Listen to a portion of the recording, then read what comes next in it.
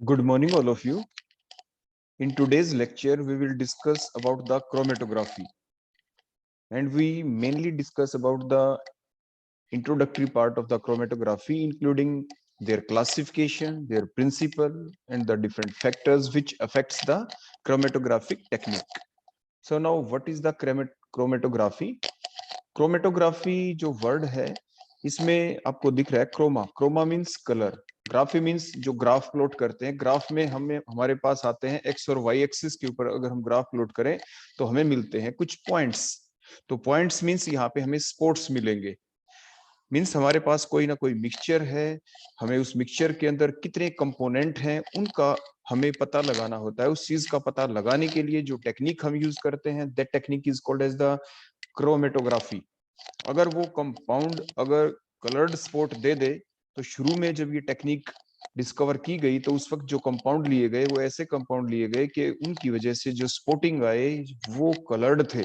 So the here the term that is the chromatography. Chroma means colour और graphy का मतलब क्या होता है, राइट या पॉइंट या स्पॉट। जो ये वर्ड है क्रोमेटोग्राफी, जो ये टेक्निक है, it is given by the Russian scientist that is the Michael Tswett. और ये जो मेथड था ये किस लिए यूज किया गया था, जैसे मैंने आपको पहले बताया कि initially it is used for the separation of the different coloured substances which are present in the plants, जैसे chlorophyll a, chlorophyll b, anthocyanin, xanthophyll, जो पिगमेंट्स होते हैं जो प्लांट्स के अंदर प्रेजेंट होते हैं उनकी सेपरेशन के लिए इनिशियली इस टेक्निक को यूज किया गया था, इसलिए वर्ड यूज किया गया क्रोमेटोग्राफी। ये आखिर टेक्निक है क्या? ये एक ऐसी टेक्निक होती है जिसके अंदर हम क्या करते हैं, हमारे पास एक मिक्सचर होता है, मिक्सचर के अंदर डिफरेंट कंपोनेंट्स होते हैं, डिफरेंट कंपोनेंट का हमें पता लगाना है कि what is the total number of component which are present in the given mixture. तो उसका पता कैसे लगाएं? उसका पता लगाने के लिए हम जिस टेक्निक को यूज करते हैं वो है क्रोमेटोग्राफी।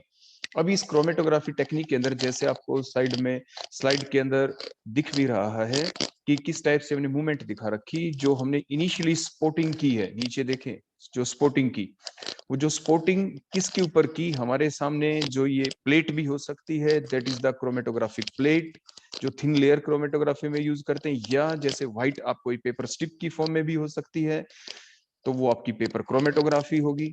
उसके बाद हम क्या करते हैं कि जो हमारा पेपर स्ट्रिप है या जो ये क्रोमेटोग्राफिक प्लेट है, तो ये किस चीज का काम करता है, that is the stationary phase, that is the stationary phase.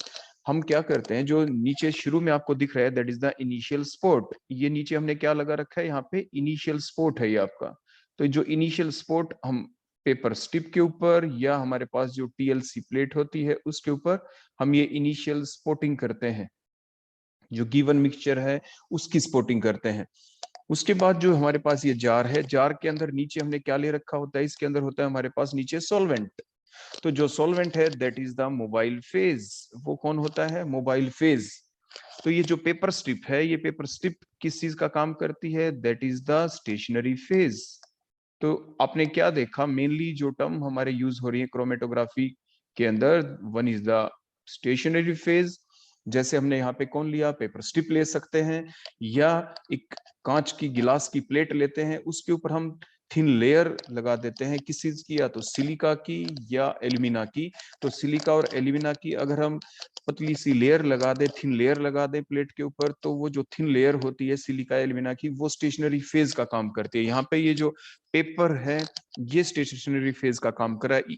जब हम इन डिटेल बताएंगे आपको, तो ये जो पेपर होता है ये सेलुलोज का बना होता है, हमें सभी को पता है। इस सेलुलोज के पार्टिकल्स के बीच में, सेलुलोज की अगर हम स्ट्रक्चर पढ़ते हैं कार्बोहाइड्रेट वाले चैप्टर में, तो फिर आप वहां पे सीख पाते हैं उनके बीच में होते हैं वाटर मोलिक्यूल्स, जो हाइड्रोजन बॉन्डेड के द्वारा बीच में इंडल्ज रहते हैं। These water molecule which are indulge in the different cellulosic layer, वो काम करते हैं स्टेशनरी फेज का।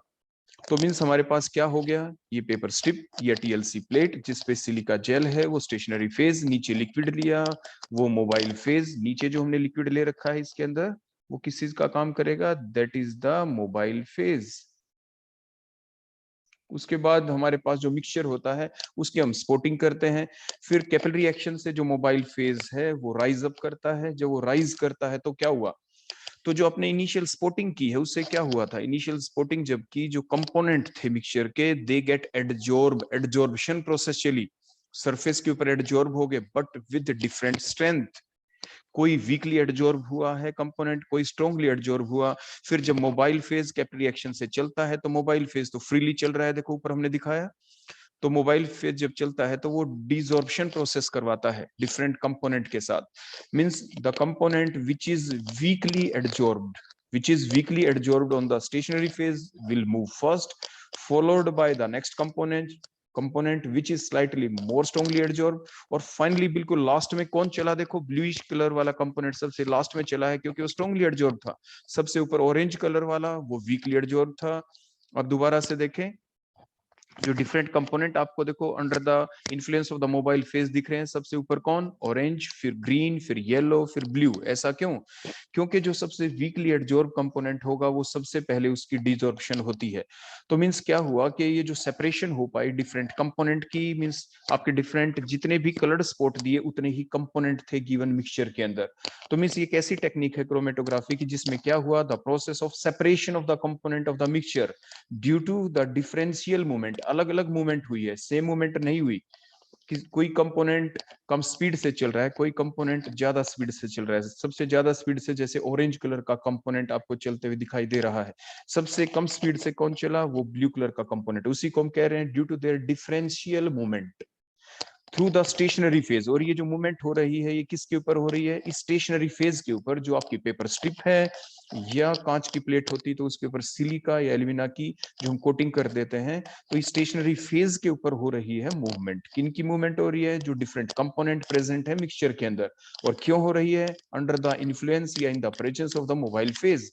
अगर आप इस कंटेनर में नीचे मोबाइल फेज ना लेते तो क्या होता, तो क्या मोबाइल फेज ही तो इन डिफरेंट कंपोनेंट की सेपरेशन करवा पा रहा है, मोबाइल फेज के इन्फ्लुएंस में ही तो जो डिफरेंट कंपोनेंट है मिक्सचर के अंदर वो मूव कर पा रहे हैं। So now what is the definition of the chromatography, the process of separation of the component of the mixture due to their differential movement through the stationary phase in the presence of the mobile phase is called as the chromatography। इसे आप chromatography कहते हैं।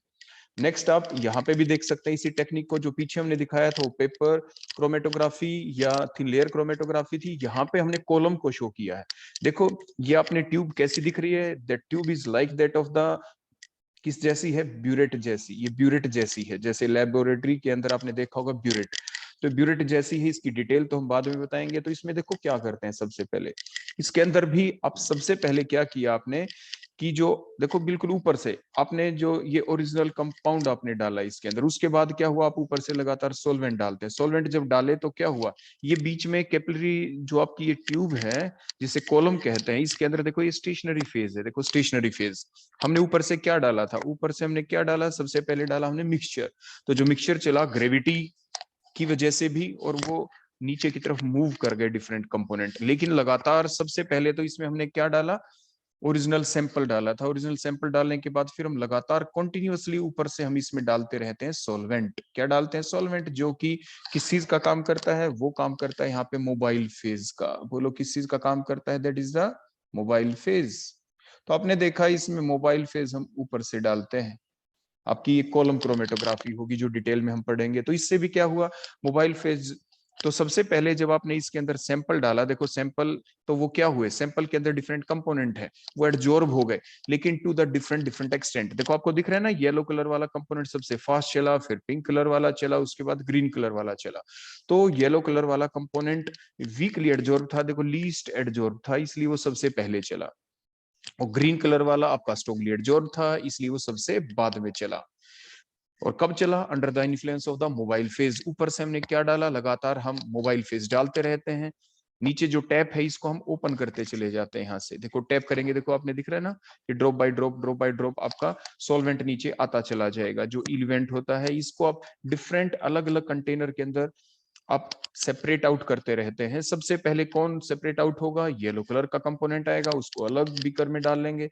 फिर जब yellow colour का component आना बंद हो जाए फिर आप बीकर को चेंज कर देंगे, फिर दूसरा बीकर ले लेंगे जिसमें आपके पिंक कलर का कंपोनेंट आ जाएगा, एंड सो ऑन। तो आपने क्या देखा, यही सेम डेफिनेशन रहेगी आपकी। देखो the process of separation of the component of the mixture तो क्रोमेटोग्राफी कैसी डेफिनेशन है, क्या है क्रोमेटोग्राफी टेक्निक, कि इसके अंदर करते क्या है कि the process of separation of the component of the mixture due to their differential movement, अलग अलग मूवमेंट हुई ना, क्योंकि कोई वीकली एडजॉर्ब है, कोई स्ट्रांगली एडजॉर्ब है, इसलिए अलग अलग मूवमेंट हुई थ्रू स्टेशनरी फेज। यहाँ पे स्टेशनरी फेज कौन है, ये कॉलम है।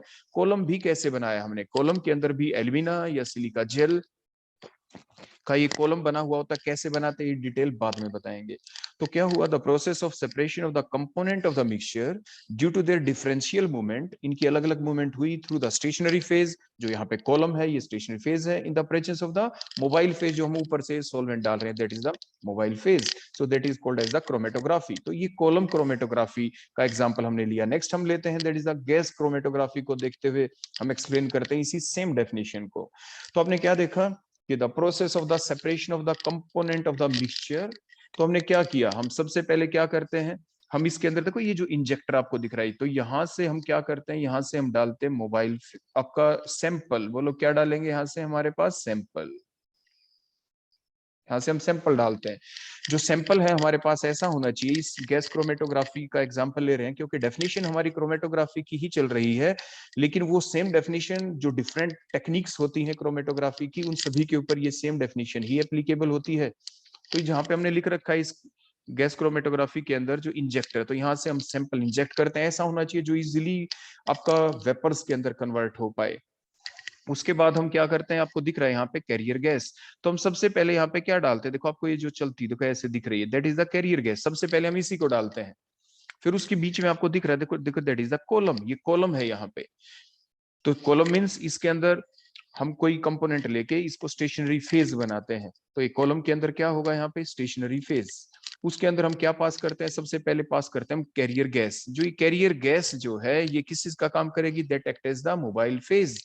यहाँ पे गैस क्रोमेटोग्राफी में जो मोबाइल फेज होता है वो आपकी गैस होती है।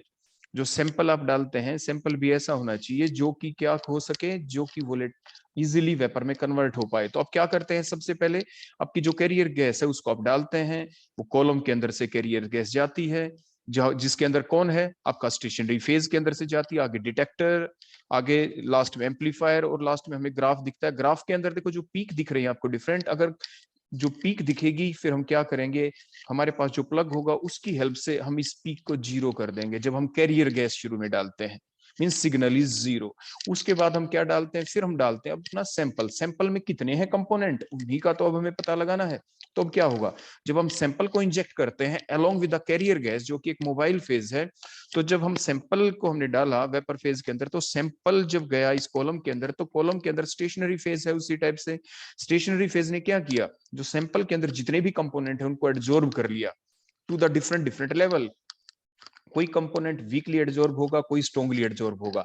फिर जब ये कैरियर गैस चलती है, कैरियर गैस मींस जो मोबाइल फेज है, जब ये मोबाइल फेज चला तो मोबाइल फेज ने डीजॉर्प्शन करवाई, जो कंपोनेंट वीकली एडजॉर्ब था वो कैरियर गैस के साथ सबसे पहले आगे जाएगा, डिटेक्टर तक पहुंचेगा, और उस एकदम हमारे क्रोमेटोग्राफी के अंदर यहाँ पे सिग्नल आ जाएगा। तो सिग्नल का आना ये प्रूव करता है कि वन कंपोनेंट पहुंच चुका है। उसके बाद सिग्नल आना फिर बंद हो जाएगा, फिर कुछ देर के बाद जो आपका थोड़ा स्ट्रांगली एडजॉर्ब था वो कंपोनेंट धीरे धीरे आगे डिटेक्टर तक पहुंचा, दोबारा से सिग्नल आ गया, मींस सेकंड कंपोनेंट आ गया। उसके बाद सेकंड कंपोनेंट जब कंप्लीटली बाहर आ जाएगा उसके बाद सिग्नल आने फिर बंद हो जाएंगे। बीच में आपको दिख रहा है ना, सिग्नल आया, बीच में खाली जगह, कोई सिग्नल नहीं, फिर सिग्नल आया, एंड सो ऑन।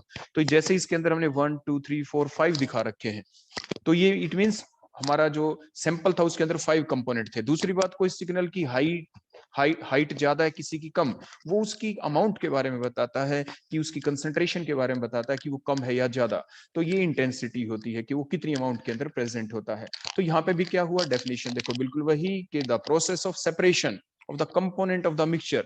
जो मिक्सचर लिया था, जो सैंपल लिया था, उसके अंदर जितने भी कंपोनेंट है उनको हमें सेपरेट करना है। कैसे करना है, due to their differential movement, कि सैंपल के अंदर जितने भी कंपोनेंट थे उनकी मूवमेंट अलग अलग हुई, कोई वीकली एडजॉर्ब था, कोई स्ट्रांगली, कोई जो सबसे वीकली एडजॉर्ब था वो मोबाइल फेज जो कैरियर गैस है उसके साथ सबसे पहले आपके डिटेक्टर तक पहुंच गया।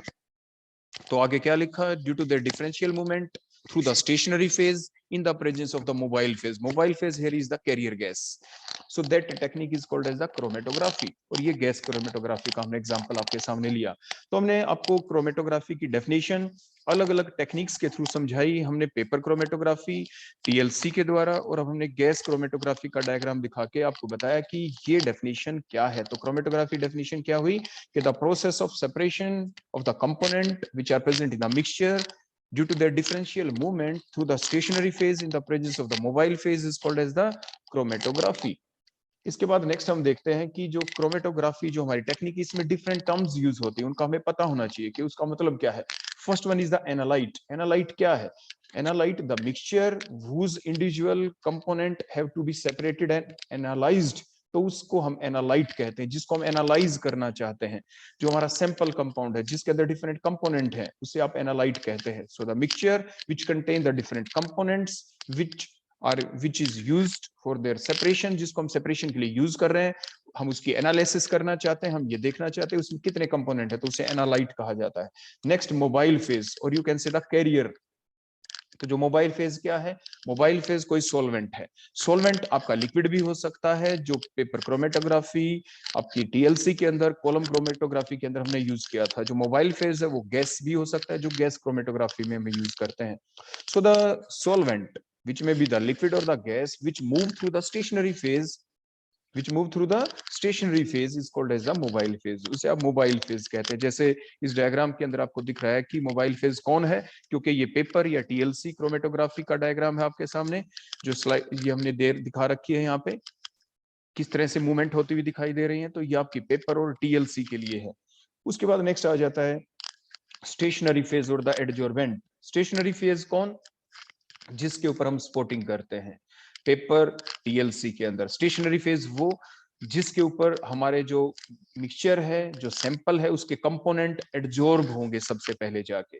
So the substance that stay fixed, जो फिक्स्ड रहता है, on which the solvent move, जिसके ऊपर सॉल्वेंट मूव करता है, जिसके ऊपर मोबाइल फेज मूव करता है, जिसके ऊपर हम स्पॉटिंग करते हैं, जिसके ऊपर इनिशियली आपके जो कंपोनेंट ऑफ द मिक्सचर क्या होंगे? एडजॉर्ब होंगे। क्या हो जाएंगे? एडजॉर्ब। और फिर उसके बाद under the influence of the mobile phase फिर डीजॉर्प्शन प्रोसेस भी चलती है, वो उसी के सरफेस के ऊपर ही चलती है। तो ऐसा फेज जिसके ऊपर ये पूरी टेक्निक चलती रहती है, उसे कहते हैं stationary phase. The stationary phase is the phase on which the chromatography process takes place, तो उसे आप स्टेशनरी फेज कहते हैं। इसके बाद आप यहाँ पे इस डायग्राम में भी देख सकते हैं, देखो इलिवेंट किसे कहते हैं? इलिवेंट। इलिवेंट क्या होता है? The fluid that enter the column chromatography के अंदर, जो हम ऊपर से जो सॉल्वेंट देखो हम लगातार डालते हुए दिखा रखे हैं, लगातार हम डालते हैं जैसे कॉलम क्रोमेटोग्राफी के अंदर। तो ये टर्म इलिवेंट यूज की जाती है आमतौर पे कॉलम क्रोमेटोग्राफी के अंदर ही, क्योंकि इसी के अंदर जरूरत पड़ती है कॉलम क्रोमेटोग्राफी में कि हम लगातार ऊपर से सॉल्वेंट डालते रहें। जो हमारा कॉलम है, कॉलम क्रोमेटोग्राफी के अंदर ये ध्यान रखना पड़ता है कि हम लगातार ऊपर से सॉल्वेंट कंटिन्यूअसली ऐड करते ही रहते हैं। So that is the eluent, the fluid that enters into the column chromatography is called as the eluent. फिर इलिवेट क्या होता है? इलिवेट क्या होता है? The fluid that existing in the column chromatography and that collected in the flask। और last में जो हम देखो नीचे आपको दिख रहा है डिफरेंट ट्यूब्स के अंदर हमारा जो मिक्सचर निकलता आ रहा है अलग अलग कलर का, पहले येलो कलर का आ गया, उसके बाद देखो आपके ये रेड कलर का आ गया, फिर देखो उसके बाद देखो हमने अलग से ब्लू कलर का सैंपल भी अलग से सेपरेट आउट कर लिया। सैंपल के अंदर जो डिफरेंट कंपोनेंट थे अलग अलग, जिनको हम कलेक्ट करते रहते हैं, that called as the eluate. वो जो आपका नीचे मिक्सचर आता है जो अलग से कंपोनेंट के साथ, जो हम सॉल्वेंट के साथ जिसके अंदर डिफरेंट कंपोनेंट आते जा रहे हैं, that called as the eluate, उसे आप इलिवेट कहते हैं। और जो ये पूरी प्रोसेस है उसे इल्यूशन कहते हैं। ऊपर से आपने सॉल्वेंट डाला, डालने के बाद सॉल्वेंट नीचे से कंटिन्यूअसली आपके निकलता जा रहा है, और जो नीचे कैसे आ रहा है? One by one with the different component. पहले कंपोनेंट नंबर 1 के साथ आया, फिर कंपोनेंट 2 के साथ, फिर कंपोनेंट 3 के साथ। ऐसा क्यों? क्योंकि the different component of the mixture get adsorbed with the different power, with the different strength on the surface of the stationary phase. तो ये प्रोसेस जो है ये इल्यूशन कहलाती है। The process of washing out of a compound through a column using a suitable solvent is called as the elution, उसे आप evolution कहते हैं। उसके बाद अब जो प्रिंसिपल है क्रोमेटोग्राफी का वो क्या है? वो तो आपने अभी देख ही लिया कि it involves the separation of the component of the mixture by the distribution of the component between the two or the three phase under the certain conditions which are imposed on them. कुछ conditions का हमें ध्यान रखना पड़ता है यहाँ पे। तो वो जो फेज आमतौर पे हम दो ही लेते हैं, कई बार फेज को हम चेंज भी कर लेते हैं। मोबाइल फेज पहले हमने 1 लिया, हमारी प्रोसेस अच्छे से नहीं चली, हमने सॉल्वेंट चेंज कर दिया नीचे, तो मीन्स आपके ये अलग भी आप ले सकते हैं। तो मीन्स आपके out of the two phases, one of the phase is the two dimensional stationary phase which is nothing but a surface, जो एक प्लेटफॉर्म प्रोवाइड करता है, जो एक सरफेस प्रोवाइड करता है, जिसके ऊपर हम स्पॉटिंग भी करते हैं टीएलसी और पेपर में, जिसके ऊपर जो हमारा जो सैंपल के डिफरेंट कंपोनेंट है वो एडजॉर्ब हो जाते हैं। उसके बाद उसी के सरफेस के ऊपर से ही तो कंटिन्यूअसली मूव करता रहता है। बोलो कौन? That is the mobile phase, and the remaining phase are the mobile phase. Remaining phase कौन होते हैं? वो आपके मोबाइल फेज होते हैं। फिर जो कंडीशन इंपोज्ड होती है मोबाइल फेज के अंदर वो क्या है कि जो mobile phase has to be brought in contact with the stationary phase in a counter current manner. जो मोबाइल फेज है वो स्टेशनरी फेज के साथ जब कांटेक्ट में आता है तो दोनों काउंटर, इनका जो एक्ट करने का जो प्रोसीजर है वो काउंटर मैकेनिज्म है, इनका काउंटर करंट मैकेनिज्म। मींस कि स्टेशनरी फेज के ऊपर जब हमने स्पॉटिंग की थी तो कौन सी प्रोसेस चली थी? स्टेशनरी फेज ने जो सैंपल के जो कंपोनेंट थे उनको एडजॉर्ब कर लिया। एडजॉर्प्शन का काम है। बोलो स्टेशनरी फेज का काम क्या है? कि जो सैंपल के कंपोनेंटों को क्या कर लेना? एडजॉर्ब किए रखना। लेकिन जब मोबाइल फेज हम यूज करते हैं तो मोबाइल फेज का क्या काम है? जैसे अभी आपको यहाँ पे पेपर या टीएलसी के अंदर दिख रहा है, जो सॉल्वेंट हमने नीचे बीकर के अंदर ले रखा है, सॉल्वेंट थ्रू कैपिलरी एक्शन जब ऊपर राइज करता है तो फिर क्या होता है? वो डिजॉर्प्शन करवा रहा है। जो कंपोनेंट मिक्सचर जो हमने सैंपल था, सैंपल का वो component which is weekly adsorb will move first, वो सबसे पहले मूव कर रहा है। डिजॉर्प्शन प्रोसेस हुई, किसके द्वारा हुई? मोबाइल फेज के इन्फ्लुएंस से हुई। तो मोबाइल फेज क्या करवा रहा है? डिजॉर्प्शन। स्टेशनरी फेज ने क्या करवाया था? एडजॉर्प्शन। तो दोनों का मैकेनिज्म क्या है? सेम है। दोनों एक दूसरे के ऑपोजिट एक्ट कर रहे हैं। उसी को कहते हैं कि काउंटर करंट मैकेनिज्म। उसी को क्या कहते हैं? Counter current mechanism. तो स्टेशनरी फेज, मोबाइल फेज, दोनों का एक्ट करने का जो तरीका है वो डिफरेंट है। Means the function of the two phases is exactly opposite to each other. On the stationary phase, the adsorption process takes place, while the mobile phase causes the desorption of the component which get adsorbed, which get previously been adsorbed on the surface of the stationary phase. तो in the chromatographic technique हम क्या करते हैं? The mixture of the substance is applied onto a solid or the liquid stationary phase by the adsorption process. मैंने अभी आपको बताया था कि जो TLC प्लेट होती है, TLC प्लेट, अगर हम कांच की प्लेट लेके उसके ऊपर एक थिन लेयर बना दें, सिलिका की या एल्यूमिना की बना दें, तो ये सॉलिड है। ये स्टेशनरी फेज बोलो कैसा है? सॉलिड है। लेकिन अगर ये आपके सामने जैसे दिख रही है, अगर मान लीजिए ये पेपर की स्ट्रिप होती, क्रोमेटोग्राफिक स्ट्रिप होती, तो मैंने बताया था क्रोमेटोग्राफिक स्ट्रिप में क्या होता है? वो सेलुलोज, पेपर किस चीज का बना होता है? सेलुलोज का। सेलुलोज क्या है? पॉलीमर है। उसके अंदर क्या होते हैं? उसके अंदर होते हैं आपके beta glucose, beta glucose, beta glucose, beta glucose मिलके बीटा ग्लाइकोसिडिक बॉन्ड के द्वारा एक स्ट्रेट चेन बनती है। ऐसे ही द डिफरेंट जो चेन होती है, they lie one above the other by the formation of the hydrogen bonding. तो वो आपकी सेलुलोज की स्ट्रक्चर होती है। उनके बीच में वाटर मॉलिक्यूल इंडल्ज रहते हैं। तो वाटर मॉलिक्यूल क्या है? वेपर। जो इन्वायरमेंट के अंदर नमी होती है वो उसको एडजॉर्ब करता है पेपर, और वही वाटर मॉलिक्यूल्स एक्ट करते हैं स्टेशनरी फेज का। तो यही हमने यहाँ पे लिखा है, in the chromatographic technique the mixture of the substance is applied on A solid stationary phase, जो कि किस में हुआ? आपकी टीएलसी में हुआ, कॉलम क्रोमेटोग्राफी में हुआ। और द बोलो कैसा? लिक्विड स्टेशनरी फेज, जो किस में लिया हमने? पेपर क्रोमेटोग्राफी के अंदर लिक्विड स्टेशनरी फेज होता है। दिखने में आपको भले ही पेपर दिखता हो, लेकिन जो स्टेशनरी फेज का काम करता है वो आपके वाटर वेपर्स होते हैं which get indulge in between the different cellulosic layer. ये बात आप जरूर ध्यान रखेंगे। फिर जो मोबाइल फेज होता है, जो मूविंग फेज होता है, that may be a pure solvent. हम नीचे जो कंटेनर में हमने लिया वो प्योर सॉल्वेंट भी ले सकते हैं, वो अब मिक्सचर ऑफ सॉल्वेंट भी ले सकते हैं। वो डिपेंड करता है कि मान लीजिए आपने कोई सॉल्वेंट ले लिया, कंपोनेंट की सेपरेशन ही नहीं हुई, कंपोनेंट की मूवमेंट ही नहीं हुई, जो आपको अभी चलते हुए दिखाई दे रहे हैं यहाँ पे, डिफरेंट कलर्ड कंपोनेंट की मूवमेंट हो गई क्योंकि सॉल्वेंट आपने ठीक चूज कर रखा है। लेकिन अगर वो सॉल्वेंट आपने ऐसा ले लिया कि उसे मूवमेंट ही नहीं हुई, तो हम क्या करेंगे? फिर हम सॉल्वेंट को चेंज कर देंगे, या हम मिक्सचर ऑफ सॉल्वेंट ले लेते हैं। ऐसा मिक्सचर बनाते हैं कि इनकी प्रॉपर मूवमेंट हो पाए, किनकी? उन कंपोनेंट की जो कि आपके सैंपल के अंदर प्रेजेंट थे। या गैस क्रोमेटोग्राफी के अंदर हम क्या करते हैं, मोबाइल फेज कौन थी वहां पे, गैस। तो ये मोबाइल फेज क्या होता है, दैट में बी ए प्योर सॉल्वेंट और ए मिक्सचर ऑफ सॉल्वेंट और a gas which is allowed to move slowly over the stationary phase.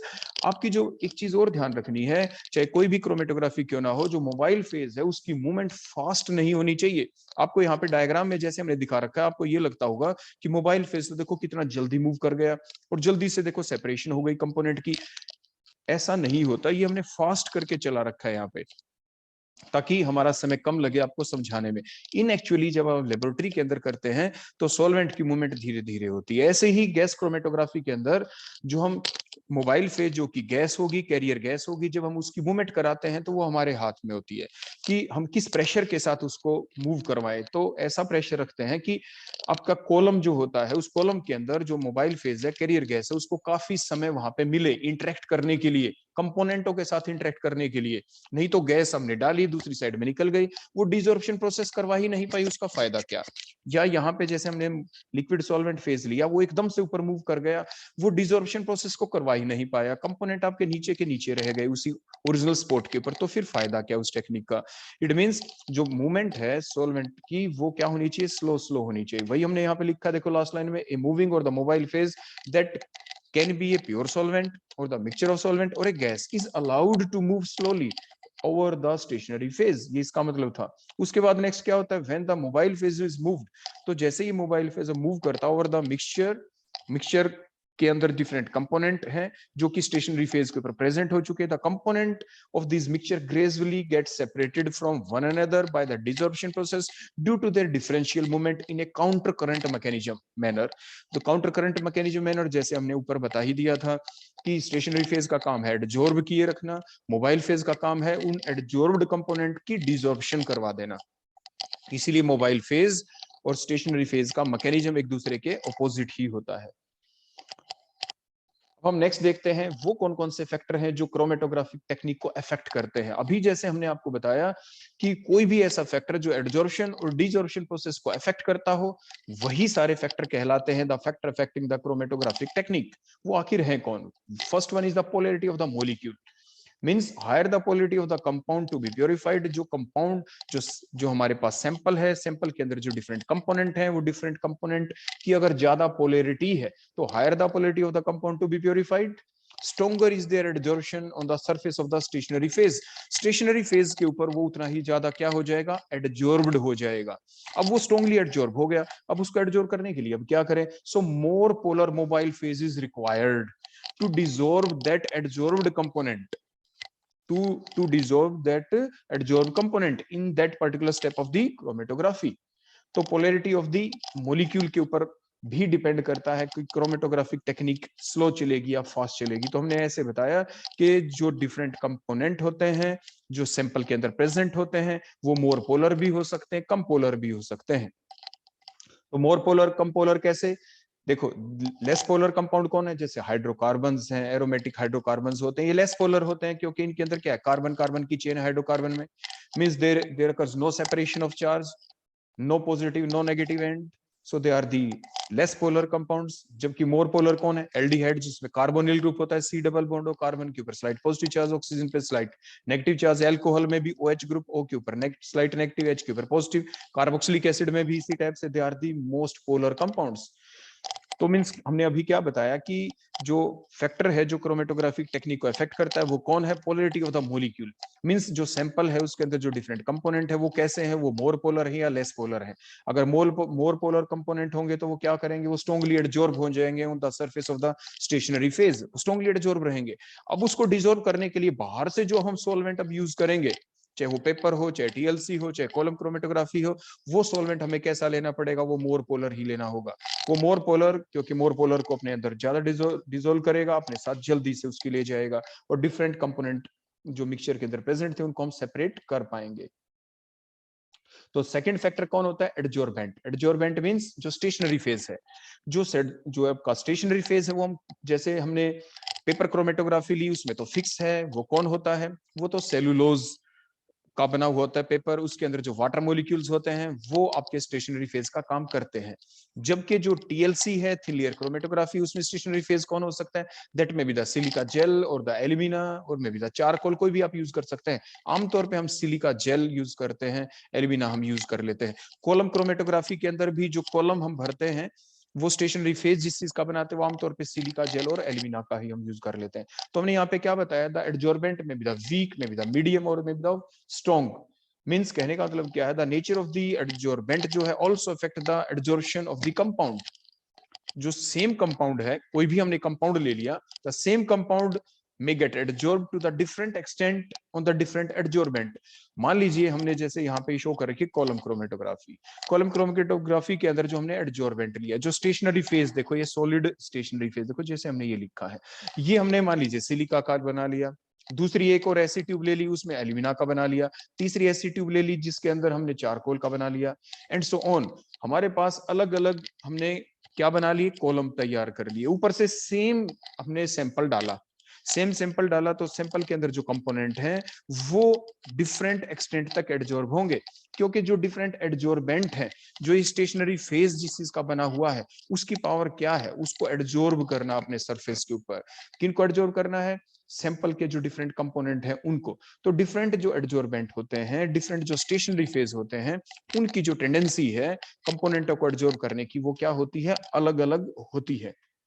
तो इसलिए आप अलग अलग एडजॉर्बेंट लेंगे, अलग अलग स्टेशनरी फेज लेंगे, तो आपकी जो क्रोमेटोग्राफिक टेक्निक है उसके ऊपर इफेक्ट होगा। तो जो एक्टिविटी है जो एडजॉर्बेंट की, वो डिक्रीज हो जाती है the presence of the moisture.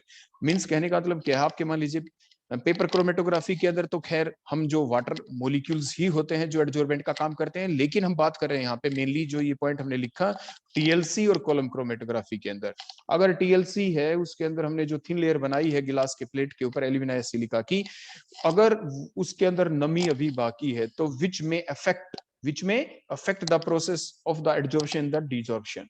Means the activity of the adsorbent decreases in presence of the moisture, because no compound has the power to displace the water molecule from the surface of the adsorbent। क्योंकि जो आपका paper chromatography होता ही है, उस paper chromatography के अंदर तो water molecule ही होते हैं जो कि खुद एडजॉर्बेंट का काम करते हैं। लेकिन टीएलसी के अंदर अगर हम नमी कर दे, उसके अंदर वाटर मॉलिक्यूल आ गए, तो एडजॉर्बेंट तो कौन था? सिलिका था, एल्यूमिना था। उसके ऊपर जो वाटर मॉलिक्यूल एडजॉर्ब हो गए, वो वाटर मॉलिक्यूल क्या है? वो एक सैंपल का काम कर रहे हैं। अगर वही पहले से प्रेजेंट है, तो उसके ऊपर क्या हमारे डिफरेंट जो कंपोनेंट है मूव कर पाएंगे? नहीं, क्योंकि मूव करने के लिए जगह ही नहीं बची। जो पूरा का पूरा जो सरफेस था एडजॉर्बेंट का, स्टेशनरी फेज का, वो ऑलरेडी ही ऑक्यूपाई कर लिया गया है वाटर मॉलिक्यूल्स के द्वारा, नमी के द्वारा। इसीलिए जब कभी भी आप टीएलसी प्लेट को यूज करते हैं, तो पहले आप उसको ओवन के अंदर रखते हैं, ड्राई करते हैं, फिर आप उसको यूज करते हैं। अदरवाइज जो एक्टिविटी है एडजॉर्बेंट की, वो क्या हो जाएगी? आपकी डिक्रीज हो जाती है। तो आपके जो डिफरेंट साथ के साथ जो डिफरेंट एसिड डेरिवेटिव हैं, जैसे आपने पढ़ा था, एस्टर हो गए, एसिड हैलाइड हो गए, these cannot be separated by the moist adsorbent because they get hydrolyzed। आपको पता है जो एस्टर की हाइड्रोलाइसिस करोगे वाटर की प्रेजेंस में, they get hydrolyzed, carboxylic acid दे देंगे, एसिड हैलाइड की भी हाइड्रोलाइसिस हो सकती है। so they cannot easily be separated by the moist adsorbent।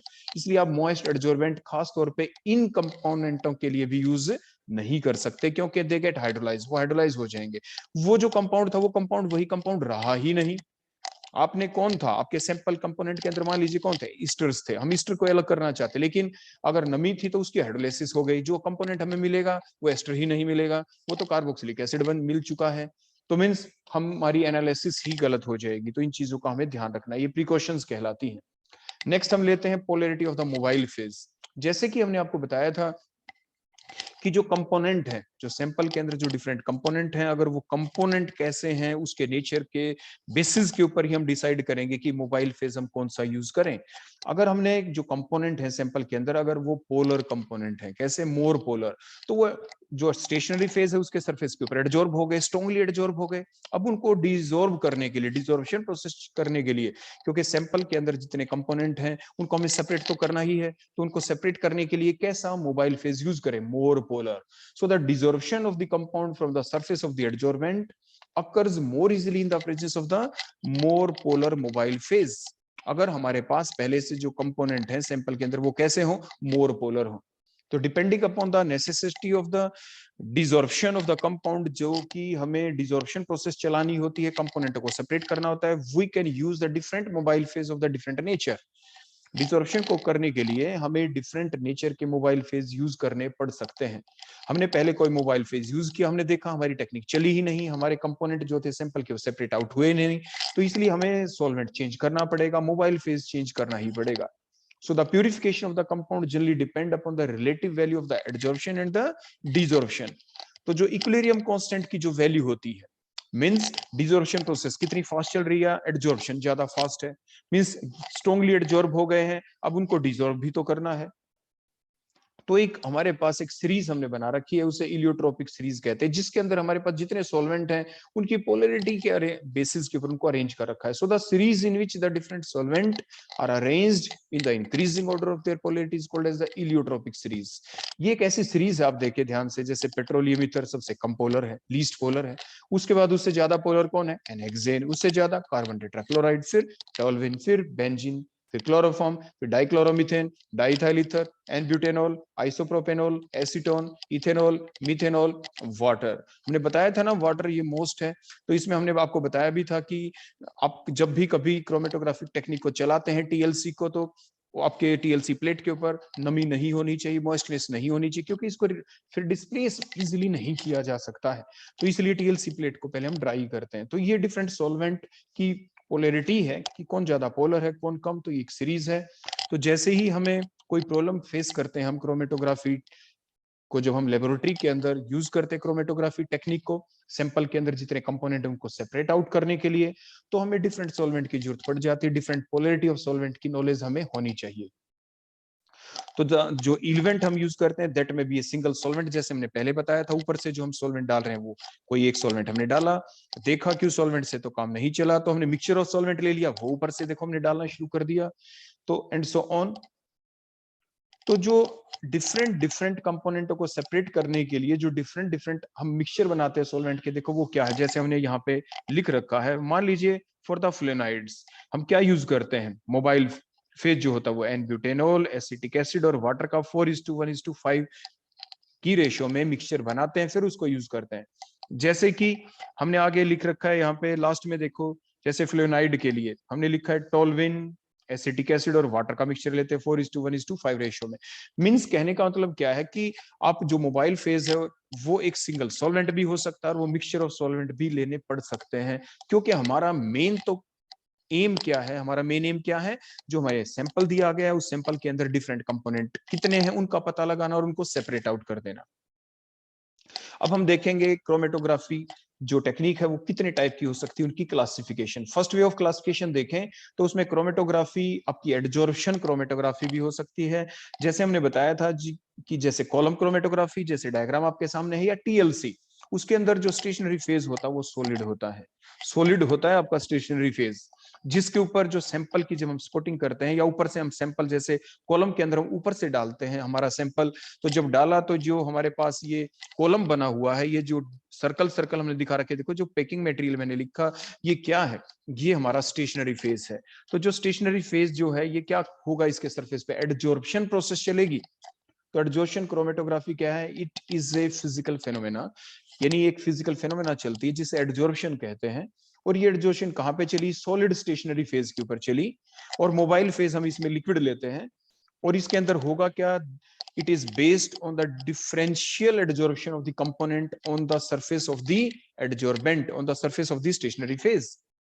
और इसका मतलब क्या हुआ, means the different compounds, the different component which are present in the mixture get adsorbed on the surface of the adsorbent to the different extent।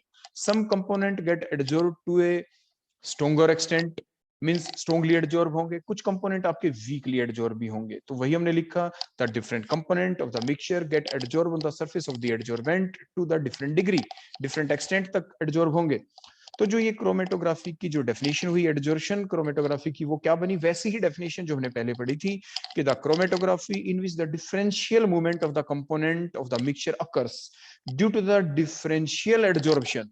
क्योंकि अलग अलग adsorption होता है, कोई वीकली एडजॉर्ब होगा कंपोनेंट, कोई स्ट्रांगली एडजॉर्ब होगा on the surface of the adsorbent, on the surface of the stationary phase is called as the adsorption chromatography, उसे आप एडजॉर्प्शन क्रोमेटोग्राफी कह देते हैं। तो जो बातें अभी हमने बताई, जो ये दो मेन टाइप होंगी क्रोमेटोग्राफी टेक्निक की on the base of the principle, वो कौन कौन सी होंगी इसके बेसिस के ऊपर, एक तो कॉलम और दूसरी थिन लेयर क्रोमेटोग्राफी, जिसमें एडजॉर्प्शन क्रोमेटोग्राफी चलती है। उसके बाद नेक्स्ट हम लेते हैं पार्टीशन क्रोमेटोग्राफी। पार्टीशन कैसे? पार्टीशन इस बेसिस के ऊपर, जैसे हमने बताया पेपर स्ट्रिप है, हमने बताया था पेपर स्ट्रिप के अंदर स्टेशनरी फेज कौन? लिक्विड होता है, वाटर मॉलिक्यूल्स होते हैं जो इंडल्ज रहते हैं, जो सेलुलोज, क्योंकि पेपर सेलुलोज का बना होता है, सेलुलोज की डिफरेंट लेयर के बीच में वाटर मॉलिक्यूल इंडल्ज रहते हैं, वही वाटर मॉलिक्यूल किस चीज का काम करेगा? आपकी स्टेशनरी फेज का काम करता है। तो जो स्टेशनरी फेज का काम करता है वो वाटर, और नीचे से जो मोबाइल फेज चला वो भी लिक्विड है। तो एक लिक्विड कौन? वाटर, जो स्टेशनरी फेज का काम कर रहा है, जो सेलुलोजिक पेपर के ऊपर आपका प्रेजेंट है, उनके डिफरेंट लेयर के अंदर जो प्रेजेंट है। तो बोलो कौन स्टेशनरी फेज? कौन? लिक्विड। मोबाइल फेज कौन आपको दिख रहा है यहाँ पे चलता हुआ? लिक्विड। उसके बाद हमने स्पॉटिंग की, जो कंपोनेंट ऑफ द जो मिक्सचर थे, हमने मिक्सचर की स्पॉटिंग कर दी। देखो स्टार्ट में अब चलेगा पार्टीशन होगा, बंटवारा होगा आपस में। किन के बीच में होगा? इन between the two liquid phase, दो लिक्विड फेज के बीच में पार्टीशन होगा। पार्टीशन कोफिशिएंट देखा जाएगा कि जो आपका कंपोनेंट है, मिक्सचर ऑफ द कंपोनेंट है, उनकी एफिनिटी, उनकी अट्रैक्शन किसके साथ ज्यादा है? उसकी एफिनिटी वाटर मॉलिक्यूल के साथ ज्यादा है, मींस जो स्टेशनरी फेज का काम कर रहा है, या आपकी जो मोबाइल फेज उसके साथ ज्यादा है। इट मींस हमें ये ध्यान रखना है कि मोबाइल फेज ऐसा लेना है जिसकी जो हमारे कंपोनेंट ऑफ द मिक्सचर उसके साथ एफिनिटी ज्यादा हो। एफिनिटी ज्यादा होगी तभी तो डिजॉर्प्शन करवा पाएगा। शुरू में तो जब हमने स्पॉटिंग की तो क्या हुआ? आपके जो कंपोनेंट ऑफ द मिक्सचर थे वो क्या हो गए? They get adsorb, they get adsorb हो गए। उसके बाद हमने क्या किया? इस पेपर स्ट्रिप को इस क्रोमेटोग्राफिक जार के अंदर रखा, जिसमें पहले से क्या प्रेजेंट था? आपका मोबाइल फेज प्रेजेंट था, लिक्विड प्रेजेंट था। ये लिक्विड जब चलता है थ्रू द कैपिलरी एक्शन, जब मूव करता है, तो जब ये लिक्विड चला, अब ये लिक्विड के प्रति जो एफिनिटी है कंपोनेंट ऑफ द मिक्सचर की, वो अब थोड़ी ज्यादा होनी चाहिए, तभी तो ये उन कंपोनेंट ऑफ द मिक्सचर को अपने साथ मूव कर पाएगा। वो एक अलग बात के डिफरेंट जो कंपोनेंट हैं वो डिफरेंट एक्सटेंट तक एडजॉर्ब हैं, इसलिए जो सबसे वीकली एडजॉर्ब होगा surface of the stationary phase के ऊपर, वो सबसे पहले मूव करेगा। So the component which is weekly adsorb will move first with the mobile phase, followed by the next component which is slightly more strongly adsorbed on the surface of the stationary phase and so on। तो इस type से यहाँ पे partition चलता है, partition coefficient देखा जाता है, इसलिए टेक्निक का नाम है partition chromatography. Means it involves the partition of the component between the two phase of the solvent, two liquid phase, one stationary phase था, अदर मोबाइल फेज था। तो द इसकी डेफिनेशन अब क्या बन जाएगी? The chromatography in which the continuous differential partition, लगातार चलता रहता है, डिफरेंशियल पार्टीशन होता रहता है, मींस जो अट्रैक्शन है वो मोबाइल फेज के साथ थोड़ी ज्यादा होनी शुरू हो जाती है कंपोनेंट ऑफ द मिक्सचर की, इसलिए वो मूव कर पाता है। So the chromatography in which there occurs the continuous differential partition of the various component which are present in the mixture, और वो कब होता है? इन between the two immiscible phases. ये बात आपको जरूर ध्यान रखनी है कि जो पेपर क्रोमेटोग्राफी के अंदर जो आपका फेज था, जो आपका स्टेशनरी जो फेज है, जो हमने बताया वो वाटर मॉलिक्यूल है। अब नीचे जो आप लिक्विड लेंगे, नीचे जो लिक्विड लेंगे, वो लिक्विड वाटर मॉलिक्यूल के साथ मिसिबल नहीं होना चाहिए, वो इमिसिबल होने चाहिए। तो ये पेपर क्रोमेटोग्राफी के अंदर आपको खास तौर पे बातें ध्यान रखनी है कि पेपर क्रोमेटोग्राफी के अंदर जो आपका स्टेशनरी फेज है वो क्योंकि वाटर मॉलिक्यूल है that get adsorbed in between the different layer of the cellulose, और जो इस तरह से वो इंडल्ज रहते हैं, क्योंकि इंडल्ज हैं वो बिटवीन में, इसीलिए वो क्या करेंगे? अगर हम थोड़ा पोलर सॉल्वेंट भी ले लेते हैं तो उसके अंदर वो मिसिबल नहीं हो पाते, क्योंकि वो स्ट्रांगली एडजॉर्ब है, स्ट्रांगली प्रेजेंट है, स्ट्रांगली इंडल्ज हो चुके हैं डिफरेंट आपकी लेयर्स के बीच में, डिफरेंट आपकी सेलुलोजिक लेयर के बीच में। तो इसलिए आप ध्यान रखेंगे कि जो वर्ड मैंने अभी बोला कि आपके जो दो लिक्विड आपस में इमिसिबल होने चाहिए, तो क्वेश्चन आपके ये आता है आपके दिमाग में कि जो नीचे सॉल्वेंट है वो तो हम पोलर भी ले सकते हैं, वाटर भी पोलर होता है, तो पोलर पोलर आपस में डिसोल्व हो जाएंगे। तो फिर क्वेश्चन ये आता है कि वो डिसोल्व क्यों नहीं हुए? इसीलिए तो डिसॉल्व नहीं होता है कि जो वाटर मॉलिक्यूल है वो फ्री वाटर मॉलिक्यूल नहीं है, वो सिर्फ सरफेस के ऊपर वैसे ही प्रेजेंट नहीं है कि नीचे से आपने कोई पोलर सॉल्वेंट लिया और उसके अंदर वो मूव कर गए, आपस में मिसिबल हो गए। नो, मिसिबल क्यों नहीं होते? अभी मैंने बताया कि जो वाटर मॉलिक्यूल होते हैं पेपर क्रोमेटोग्राफी के अंदर वो जस्ट सरफेस के ऊपर प्रेजेंट नहीं होते। These water molecule which comes in the form of the vapor की फॉर्म में आए थे, these get indulged in between the different layers of, बोलो किस चीज की, आपकी सेलुलोजिक जो लेयर होती है। सेलुलोज की लेयर किसकी होती है? बीटा ग्लूकोज मिलके एक लेयर, बीटा ग्लूकोज मिलके दूसरी लेयर, डिफरेंट लेयर के बीच में वाटर मॉलिक्यूल इंडल्ज रहते हैं। इसलिए वो अगर हम पोलर सॉल्वेंट भी लेते हैं तो पोलर सॉल्वेंट के अंदर वो डिसॉल्व नहीं हो पाते, तो इसलिए वो इमिसिबल ही रहते हैं। दिखने में लगता है कि वो मिसिबल हो गए होंगे, तो इसलिए वर्ड भी हमें यूज करना पड़ा कि the chromatography in which the continuous differential partition of the various component of the mixture occurs between the two immiscible phases, that is the stationary phase and the mobile phase is called as the partition chromatography। जो दो phases हैं, stationary phase और the mobile phase, जो कि आपस में immiscible होने ही चाहिए, वो कौन कौन से हो सकते हैं? वो लिक्विड क्रोमेटोग्राफी भी हो सकती है। इसका एग्जांपल हम देखें, जैसे पेपर क्रोमेटोग्राफी में क्या था? नीचे मोबाइल फेज कौन है? लिक्विड। आपका स्टेशनरी फेज कौन है? वो भी liquid. So that is a liquid chromatography. तो जो पार्टीशन क्रोमेटोग्राफी के जो दो एग्जांपल हैं, first one is the liquid chromatography जो कि एक पेपर क्रोमेटोग्राफी है। Second one is the gas liquid chromatography. दूसरी क्या हो सकती है? गैस लिक्विड क्रोमेटोग्राफी या गैस क्रोमेटोग्राफी भी हो सकती है। तो नेक्स्ट वो हम बाद में देखेंगे इनकी डिटेल। तो अब हम ये बता दें कि जो लिक्विड स्टेशनरी फेज है, जो कि पेपर क्रोमेटोग्राफी के बारे में जो हम बता रहे हैं, क्योंकि जो आपके सामने जो मूवमेंट जो हम शो कर रहे हैं वो पेपर क्रोमेटोग्राफी के बारे में हमने शो कर रखा है। तो लिक्विड स्टेशनरी फेज जो होता है वो कौन होते हैं? Water molecule which are present in between the different layer of the cellulose, but it is spotted on the surface of the solid, they are spotted on the surface of the solid। क्योंकि हमने जो solid surface कौन है? Paper का है, तो paper chromatography के अंदर है, जिसके अंदर water molecules are spotted by the cellulose molecules of the paper. Second way of classification अगर हम देखते हैं तो आपकी क्रोमेटोग्राफी असेंडिंग क्रोमेटोग्राफी भी हो सकती है और डिसेंडिंग भी। तो जैसे कि आपको यहाँ पे डायग्राम में दिख रहा है, बोलो मोबाइल फेज की मूवमेंट कहाँ पे? ऊपर से नीचे या नीचे से ऊपर जा रहे हैं? अपवर्ड डायरेक्शन में या डाउनवर्ड डायरेक्शन में? आपको देखो यहाँ पे दिख रहा है, यहाँ पे चलते हुए। बोलो लिक्विड जो मोबाइल फेज है कैसे मूव कर रहा है?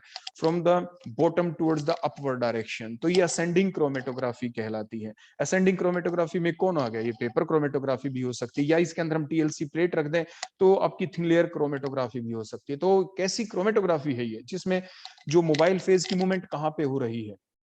So the chromatography in which the mobile phase move in the upward direction for the separation of the component of the mixture due to their differential movement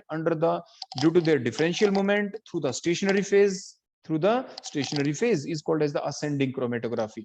तो बोलो ascending chromatography कैसी हुई? जिसमें क्या होता है? मोबाइल फेज क्या करता है? It move in the upward direction. और किस लिए मूव कर रहा है? For the separation of the component of the mixture. और क्यों वो सेपरेट हो पाए? Due to their differential movement through the stationary phase is called as the ascending chromatography. Example क्या क्या? पेपर क्रोमेटोग्राफी भी असेंडिंग क्रोमेटोग्राफी का एग्जांपल है, थिन लेयर क्रोमेटोग्राफी भी असेंडिंग क्रोमेटोग्राफी का ही एग्जांपल है। जैसे यहाँ पे आपको ये दिख रहा है कि ये क्रोमेटोग्राफिक पेपर है, उधर जो हमने दिखा रखा था पहले जो व्हाइट वो हमने थिन लेयर बना रखी थी सिलिका जेल की आपकी गिलास प्लेट के ऊपर, तो वो टीएलसी को हमने रिप्रेजेंट कर दिया। इसलिए दो डायग्राम साइमल्टेनियसली हमने शो कर दिए, एक टीएलसी को रिप्रेजेंट करता है, दूसरे के ऊपर हमने लिख भी दिया क्रोमेटोग्राफिक पेपर, ये पेपर क्रोमेटोग्राफी को रिप्रेजेंट कर रहा है। इसके बाद हम लेते हैं next descending chromatography. Descending means जो कॉलम क्रोमेटोग्राफी है, इसमें आपने देखा था एक कॉलम होता है, ऊपर से हम क्या डालते हैं? सैंपल कंपाउंड डाल देते हैं। सैंपल कंपाउंड डालने के बाद जो सैंपल किसी सॉल्वेंट के अंदर ही डिसोल्व करके हम डालते हैं, फिर वो थ्रू आपके कौन सी ग्रेविटेशन की वजह से डाउनवर्ड डायरेक्शन के अंदर मूव करता है। फिर लगातार हम ऊपर से मोबाइल फेज डालते रहते हैं, तो मोबाइल फेज कंटिन्यूअसली अपवर्ड से डाउनवर्ड डायरेक्शन के अंदर मूव कर रहा है, और उसकी वजह से जो डिफरेंट कंपोनेंट हैं जो सैंपल के दे गेट सेपरेटेड आउट, वो सेपरेट हो जाते हैं under the influence of the mobile phase.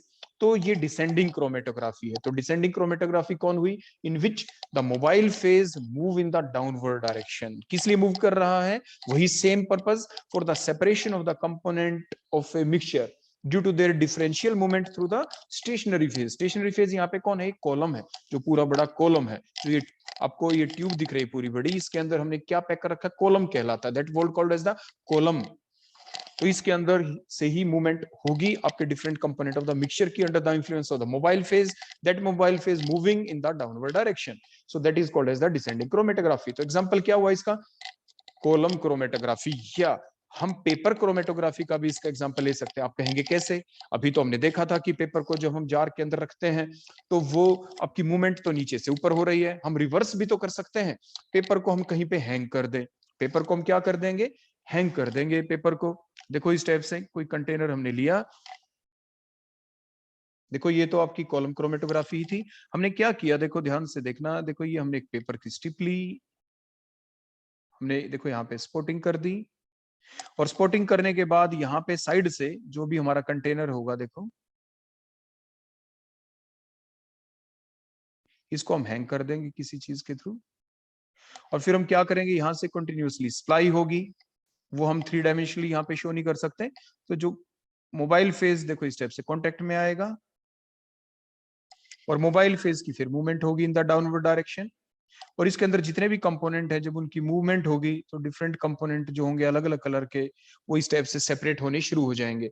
तो टीएलसी को आप ऐसा यूज नहीं कर सकते, क्योंकि थिन लेयर बनी हुई होती है सिलिका की या एल्यूमिना की, वो आपकी उसके ऊपर से क्या हो जाएगी, वो उसके ऊपर से वो आपकी उतर जाएगी, उसके ऊपर से वो सेपरेट आउट हो जाएगी, फिर वो आपकी सिंपल कांच की प्लेट रह जाएगी, ग्लास की प्लेट रह जाएगी। इसलिए थिन लेयर क्रोमेटोग्राफी को आप डिसेंडिंग फॉर्म में यूज नहीं कर सकते, पेपर को जरूर यूज कर सकते हैं, लेकिन पेपर में आप साइमल्टेनियसली असेंडिंग और डिसेंडिंग भी कर सकते हैं। देखो कैसे, फॉर एग्जाम्पल मान लीजिए आपके पास देखो एक रोड है, आप रोड के ऊपर आपने क्या किया, जो पेपर था, पेपर की स्ट्रिप आपने फोल्ड कर दी, देखो एक लंबी सी पेपर की स्ट्रिप थी, देखो ऐसे ये पेपर की स्ट्रिप देखो आपने मोड़ दी, देखो दूसरी डायरेक्शन में, और ये मुड़ के ये लंबी रोड थी, और ये हमने फोल्ड कर दी, देखो पेपर की स्ट्रिप देखो इस टाइप से, और नीचे इसको हमने टच नहीं होने दिया, देखो ये हमारा कंटेनर है, देखो ऐसे, इसके अंदर हमने देखो सॉल्वेंट लिया, देखो ऐसे सॉल्वेंट, देखो उसका दूसरा एंड टच नहीं हुआ ना, तो यहाँ पे हमने स्पॉटिंग कर रखी थी।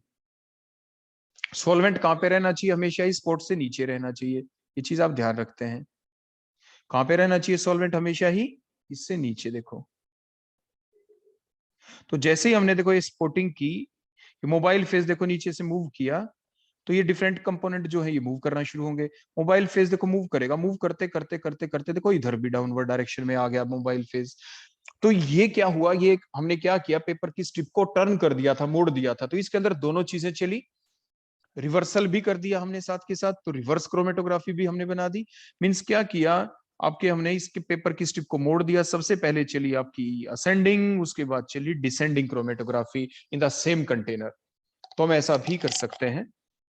तो ये थी हमारी नेक्स्ट डिसेंडिंग क्रोमेटोग्राफी, साथ के साथ हमने बता दिया कि आप असेंडिंग डिसेंडिंग कंटिन्यूअसली साथ के साथ भी कर सकते हैं by folding the paper strip over A road, गिलास रोड के ऊपर से आप इस टाइप से फोल्ड करके उसको रख सकते हैं।